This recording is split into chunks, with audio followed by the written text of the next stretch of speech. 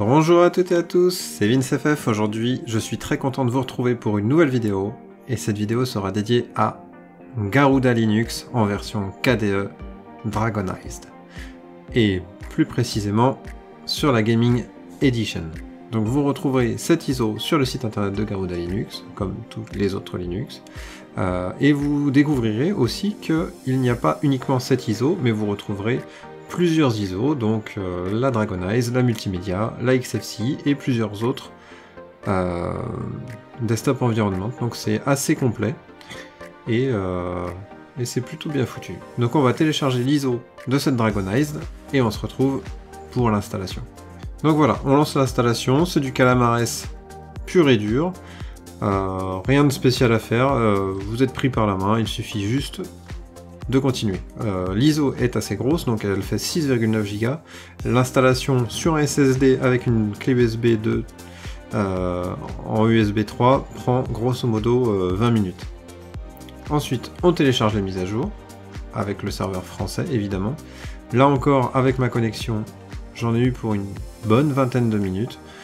Ça se fait très bien, vous êtes pris par la main, donc aucun souci sur la partie mise à jour. Et le reboot fonctionne très bien. Pour la partie qui est intéressante aussi, c'est que vous avez une série de questions suite aux mises à jour qui va vous permettre de choisir votre kernel, votre bureau, votre suite Office, votre navigateur internet, parce qu'en fait le navigateur internet fourni c'est FireDragon,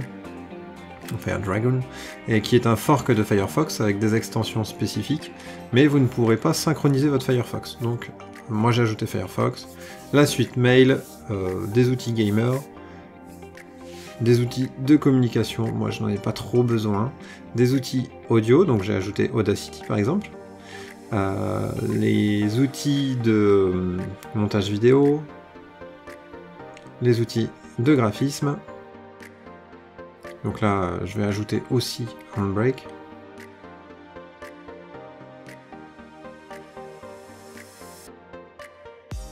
Ensuite, la partie virtualisation. Donc moi, je vais choisir VirtualBox. Je rentre le mot de passe et c'est parti. Donc là, à nouveau, j'en ai eu pour 20 minutes d'installation. Mais ce qui est cool, c'est qu'une fois que c'est fait, eh bien, vous avez toutes les applications dont vous avez besoin qui sont installées. Donc c'est quand même assez intéressant dans l'idée. Donc ensuite, on va démarrer la partie Timeshift.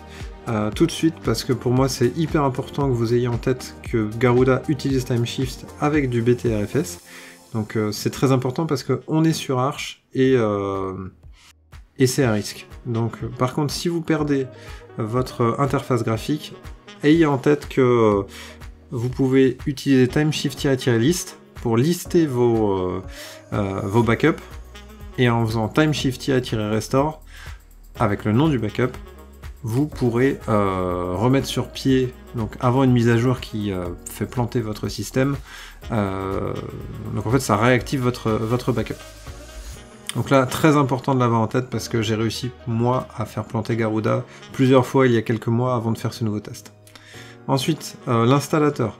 Donc la partie installateur donc, est plutôt bien fait, par contre le mode de base dans les catégories, je n'ai aucun paquet trouvé, alors que dans la partie recherche, ça fonctionne. Et si je vais dans les groupes, ça fonctionne, dans les dépôts aussi. Il n'y a que la partie catégorie qui est malheureusement la plus utile, qui ne fonctionne pas. Donc ça c'est un peu con, mais bon, c'est comme ça. Donc si on reprend le Garuda, bienvenue. Donc déjà c'est cool, ça existe. Donc vous retrouvez le Garuda Management, où vous pourrez gérer du coup les pilotes graphiques de votre Garuda Linux. Attention, maintenant on a le Show Dangerous Configs avec les pilotes chaotiques. Vous reveniez il y a 3 mois, les pilotes chaotiques étaient disponibles de base. J'ai tenté et j'ai perdu. Donc je ne vous conseille pas du tout d'installer les pilotes chaotiques. Restez vraiment sur les pilotes de base qui fonctionnent terriblement bien. Ensuite on retrouve la partie noyau. Donc en fait sur Garuda Linux, il utilise le Linux Zen de base, donc en 5.11.11, qui fonctionne très bien là pour l'instant, mais vous avez le choix de revenir sur un noyau plus classique. Le paquet linguistique pour tout mettre en français, et le reste, bon, c'est du classique, c'est vu et revu sur chaque distribution. Ensuite, on va dans le Garuda Assistant.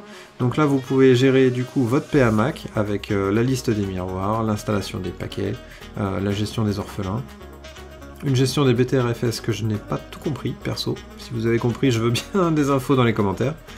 Le System Components, donc là, c'est très basique. Donc c'est soit vous avez et vous cliquez, soit vous n'avez pas. C'est très complet, mais je trouve que c'est un peu brouillon dans l'approche. Voilà, après, à voir ce que vous en pensez, si vous en avez l'utilité. Perso, j'en ai pas trop l'utilité au vu de comment c'est fait.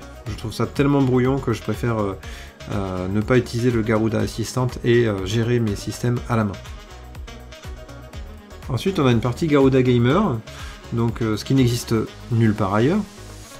Donc ça c'est très intéressant, vous avez tous les outils pour jouer en fait avec votre Linux. Vous retrouvez Steam, Mini Galaxy, donc qui est un GOG client. Vous retrouvez Itch.io, GameHub, Lutris, Play on Linux, Emulation Station, vous retrouvez Win.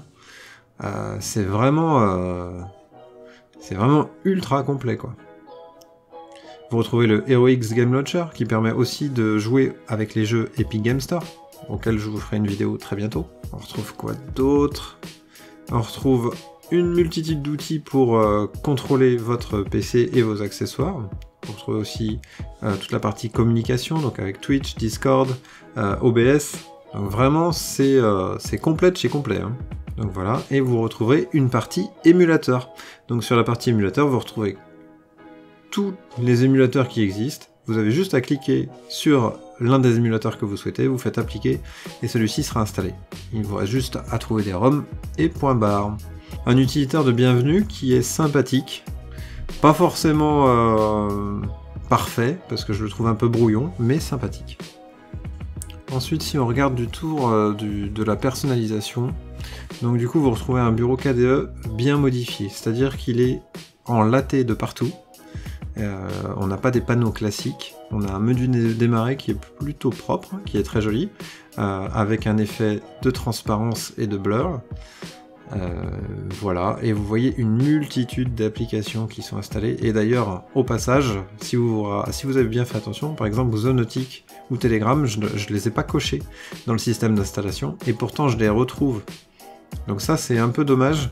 Donc il m'a installé quasiment toutes les applications qui étaient sur l'ISO, que je les ai cochées ou non. Donc c'est un peu con. J'aurais aimé qu'il fasse un peu plus attention à mes choix. Donc voilà, et vous retrouvez Win aussi ici.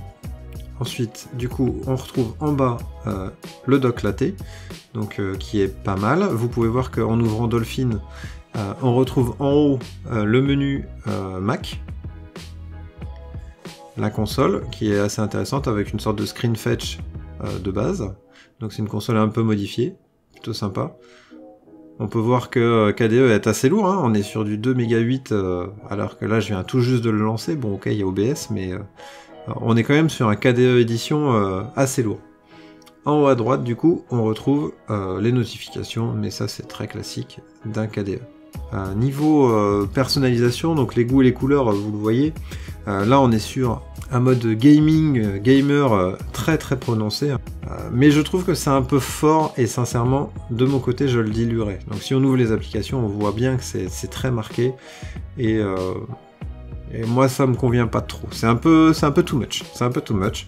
C'est très joli, on voit bien que c'est travaillé, hein, ça pète, mais c'est too much. Après, si vous aimez le côté bling bling et que vous aimez partager votre écran, là de base, vous en mettez plein la vue. Ça c'est clair, on peut pas le reprocher. Donc voilà, si je devais faire une petite conclusion des 3 premiers jours que j'ai passé avec Garuda, du coup l'installation a été très bonne, donc ça m'a duré 1 heure, mais au bout d'une heure, au bout de 20 minutes d'installation, plus 20 minutes de mise à jour, plus 20 minutes de l'installation de mes applications, rien à dire, le système fonctionne, et fonctionne même très bien. C'est plutôt rapide, attention avec KDE, je le trouve tellement lourd que parfois ça saccade. Est-ce que ça vient du BTRFS? Je ne sais pas, mais il est important de l'avoir en tête. Sinon, les applications que vous avez besoin pour jouer, elles sont présentes. J'ai aussi installé DaVinci Resolve, pas de problème, ça s'installe. tout est fonctionnel, je n'ai pas eu de bug pour l'instant, donc c'est à noter. Je vais pouvoir commencer des premiers tests pour jouer aux jeux vidéo sous cette Garuda et voir ce que ça dit niveau performance. Mais mes premiers retours sont plutôt bons. Le côté bling bling que je vais épurer et diluer très rapidement parce que ça me fatigue, mais c'est très subjectif, sinon bah, on est bien, hein, c'est quasi sans faute. Bon, bah vivement dans 15 jours pour le bilan final. Allez, sur ce je vous dis tchuss. Et avant de nous quitter, je compte sur vous pour faire un petit tour sur le Discord.